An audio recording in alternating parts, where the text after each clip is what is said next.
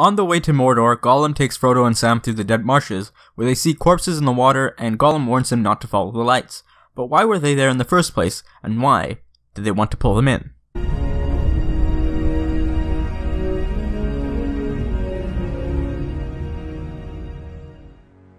The Dead Marshes had earned its name after many battles had taken place. The first one was a great battle long ago, as Smeagol puts it, and the battle that he's referring to is the one where the last alliance fought against Sauron's forces, which is known as the Battle of Dol-Gulad. Another event that occurred at the Marshes was when Aragorn was hunting Gollum, and he finally captured him a year before he guided the hobbits through it.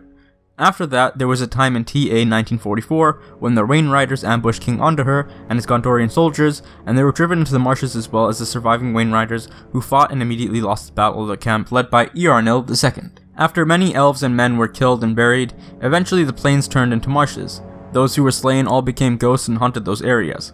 Now you may be wondering why they weren't laid to rest but the others were during other battles. There are a few theories that I was told that may answer that question. And in order to answer that, let's first take a look at where Tolkien's inspiration came from for this particular chapter. The candles floating above the water is something that's taken from folklore, that being the will of the wisp, or ignis fatuus, Latin for fool's fire, which if you are unfamiliar with is a ghost light that can be seen over marshes, bogs, and swamps in the night and are meant to misguide people. These will-o-wisps are thought to be a spirit of some kind, like a sprite or a fairy.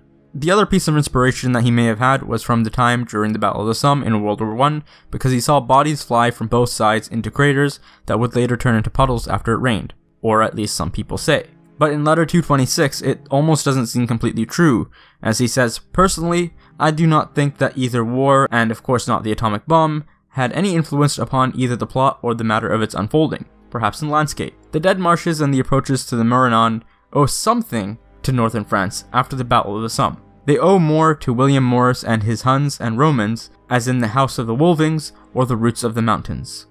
Saying owe something to me means that maybe he did get some of his influence from the battle, but it's mostly based off of William Morris's literature, which I may cover more deeply in another video, but that's also just my interpretation.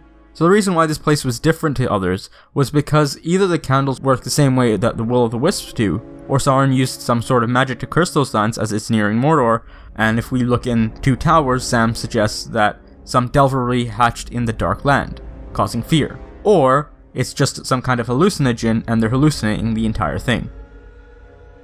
Thanks for watching. If you enjoyed this video, leave a like. Let me know in the comments section which one of these possible explanations you think it is, or if you come up with your own. Subscribe and like the beacons if you haven't already, and until our next meeting, I bid you farewell.